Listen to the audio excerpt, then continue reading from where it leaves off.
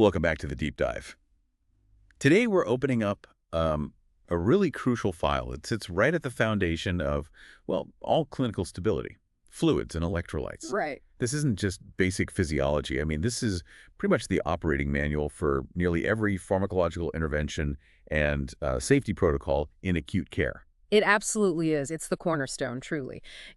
Every single disease process, every surgery, any major injury, it immediately threatens that delicate balance, that homeostasis. So our goal today really is to go beyond just definitions. We're diving into the mechanisms of the specific agents we use to get that balance back, why they work, and crucially, what safety checks have to be in place when you administer them. Right. And to manage the fluid, you first have to kind of understand the geography where it all lives. The average adult is what? About 60% total body water. TBW. And that water isn't just sloshing around, it's meticulously organized. Give us the quick tour of those compartments. Okay, so we basically have two major homes for all that fluid.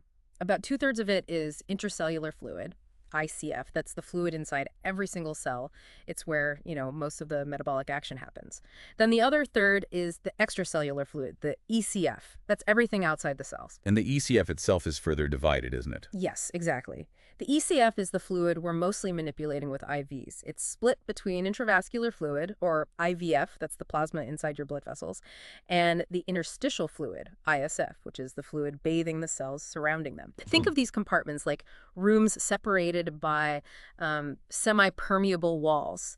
We aren't just, topping up levels. We're actually using solutes, like currency, to safely manage movement across those critical borders. Okay, let's talk about that currency, tonicity.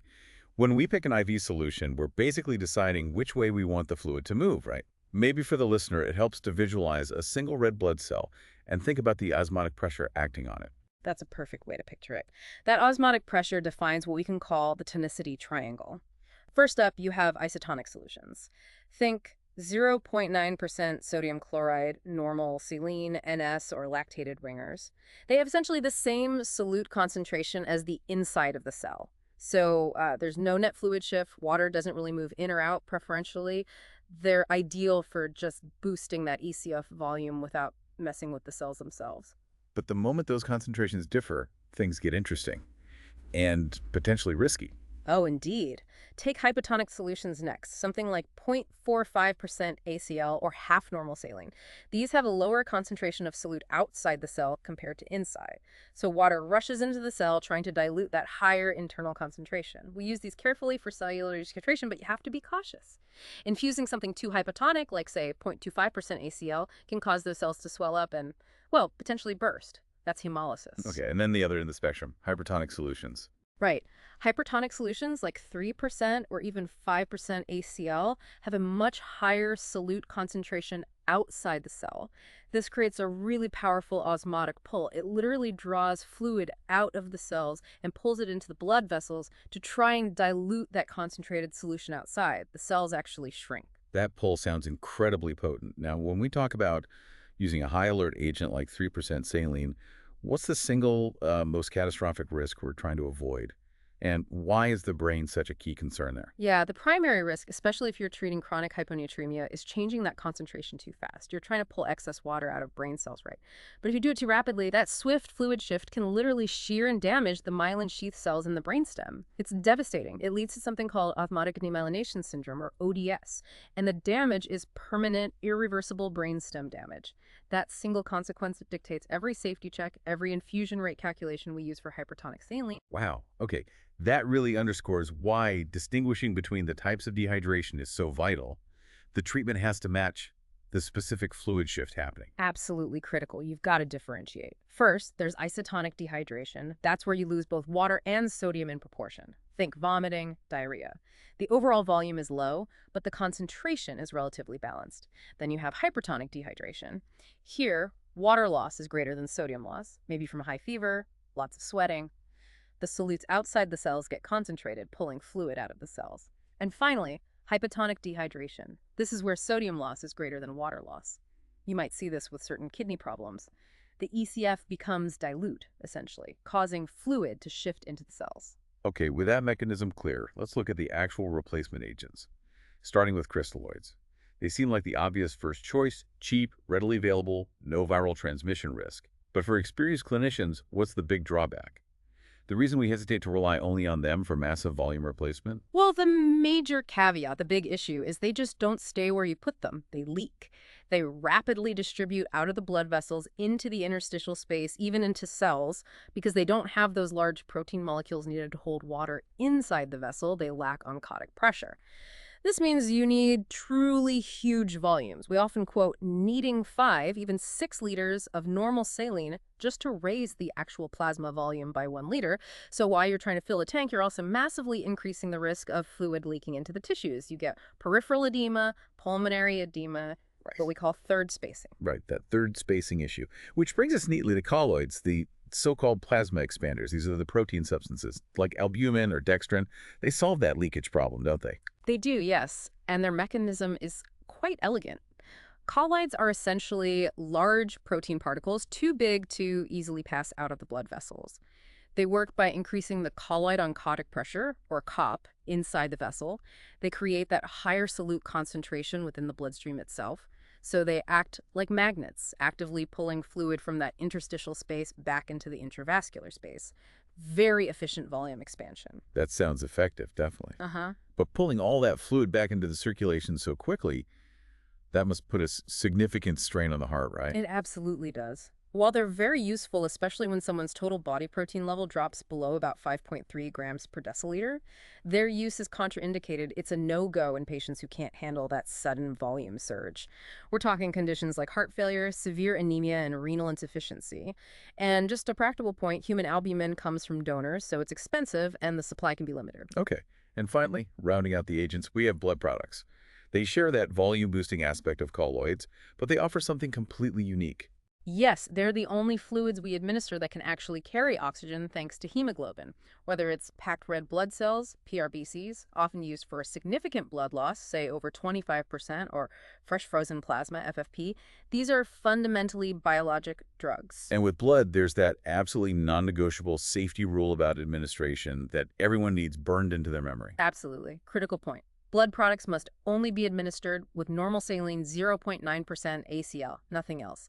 Dextrose solutions like D5W are strictly forbidden. They cause hemolysis, they break down the red blood cells you're trying to infuse, destroying the product and potentially causing severe harm to the patient, period. Okay, let's pivot now to the electrolytes themselves, the great regulators. Starting with potassium, K plus arrow. It's the major intracellular cation, vital for nerve function, muscle contraction, but its normal serum range is incredibly narrow, just 3.5 to 5 mEqL. Tiny changes here have huge consequences, especially for the heart muscle. Hypokalemia, so potassium under 3.5, might start subtly, maybe some muscle weakness, lethargy, low blood pressure, but it can progress quickly to serious cardiac irregularities, even paralytic ileus, where the gut stops moving. Treatment often starts with oral potassium, which is preferred, but severe cases definitely need IV replacement. And on the flip side, hyperkalemia potassium over 5.5 mEqL, that sounds like a fast track to a major problem. It really is. The extreme danger zone is getting over 7 mEqL. That can directly trigger ventricular fibrillation and cardiac arrest. It's a true emergency. If we need to treat severe hyperkalemia fast, we use strategies like IV dextrose and insulin that temporarily ships potassium into the cells, out of the blood. Then we follow up with agents like sodium polystyrene sulfonate, you might know it as kayexalate, or patiromer, Veltassa, to actually help the body eliminate the excess potassium. And 5-potassium itself is a high-alert drug. Why is giving it IV push so incredibly dangerous, and what's the absolute critical safety check before hanging that IV bag? Giving undiluted potassium IV push is directly linked to causing cardiac arrest. It's incredibly cardiotoxic that way. That's why it's mandatory, absolutely mandatory, that IV potassium is always diluted. And for a patient who isn't on continuous cardiac monitoring, the maximum infusion rate is capped at 10 mEq per hour. Slower is often better. The critical check before you even start the infusion is confirming the patient has adequate urine output. Generally, we look for at least 0.5 milliliters per kilogram per minute. If the kidneys can't excrete potassium, giving more IV just builds up toxicity, potentially fatally. Makes sense. Okay, let's move to sodium, Na plus Cyaber, the principal extracellular cation. Normal range, 135 to 145 mEqL. Sodium basically governs water distribution outside the cells. Exactly. And its imbalances are just as critical, often showing up neurologically first. Hyponatremia sodium under 135 can cause lethargy, confusion, even seizures, stomach cramps too. Mild cases might just need oral sodium tablets or fluid restriction. But severe hyponatremia, this is where we circle back to those powerful, high-alert solutions like 3% hypertonic saline. Mm. Remind us again, for the person at the bedside, what's that specific danger of correcting chronic low sodium too aggressively? It's that catastrophic brain injury we talked about, osmotic demyelination syndrome, ODS. You see, when hyponatremia develops slowly, chronically, the brain adapts to that low sodium environment. If you then raise the sodium level too quickly with hypertonic saline, you create this massive sudden osmotic gradient that damages the myelin in the brainstem irreversibly. That need for precision, ensuring we don't correct too fast, it's so critical that newer drugs for certain types of hyponatremia, like tolvaptan, actually carry a black box warning. It states the patient must be hospitalized when starting therapy, specifically for close, continuous sodium monitoring. Right, the stakes are incredibly high. So let's synthesize all this high-risk pharmacology. Thinking about the nurse's role when administering these agents, IV potassium, hypertonic saline, blood products, what are the absolute must-do assessment and implementation priorities? Okay, it always starts with meticulous baseline assessment. You have to verify every single order, preferably against an authoritative resource, not just the chart. We need baseline vital signs, strict intake and output monitoring, and especially daily weights. That's probably the single most reliable indicator of fluid balance status. And don't forget physical assessment, like skin turgor. Pinching the skin gently, does it rebound immediately, or is the return delayed? Document that. And the implementation itself needs to bake in all those risks we've discussed. Precisely. If you're giving oral potassium, make sure it's taken with food to minimize GI upset. Sustained release tablets, they have to be swallowed whole, not crushed. For IVs, especially these high-risk ones, flow rates must be steady and even. That almost always means using an infusion pump. Double check, triple check, all your calculations. And when you administer potent stuff like hypertonic saline or concentrated IV potassium solutions, you really need a large bore vein, ideally a central line. Plus, you need frequent close monitoring vital signs, cardiac rhythm, looking for any signs of phlebitis, or, critically, vascular volume overload. Okay, and let's hit the blood safety protocol one last time. What happens the instant a transfusion reaction is suspected? Reactions can start subtly. Maybe the patient feels apprehensive, gets a fever, chills, maybe complains of back pain, or you see a rash. Any suspicion. The immediate #1 action is stop the blood infusion. Instantly. Don't flush the line with the blood that's left. Instead, keep the IV line patent by starting isotonic normal saline running slowly. Then, you grab the protocol for your institution and follow it exactly. Vital signs, notify the provider, send samples back to the blood bank, follow the steps. Got it. Stop the blood, start the saline, follow protocol. Ultimately, this whole deep dive, all these interventions are aimed at positive outcomes. How do we know we've actually been successful? What does therapeutic success look like? Well, first, you look at the labs. You want to see normalization of those key values we've been talking about: sodium, potassium, hemoglobin, hematocrit, getting back into those normal ranges. And clinically, you should see it in the patient.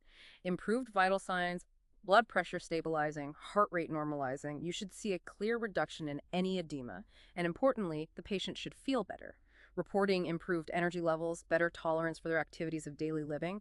That's when you know you're on the right track. Okay, so key takeaways today really hammered home those crucial distinctions. Crystalloids versus colloids, thinking about oncotic pressure and that third stasing risk.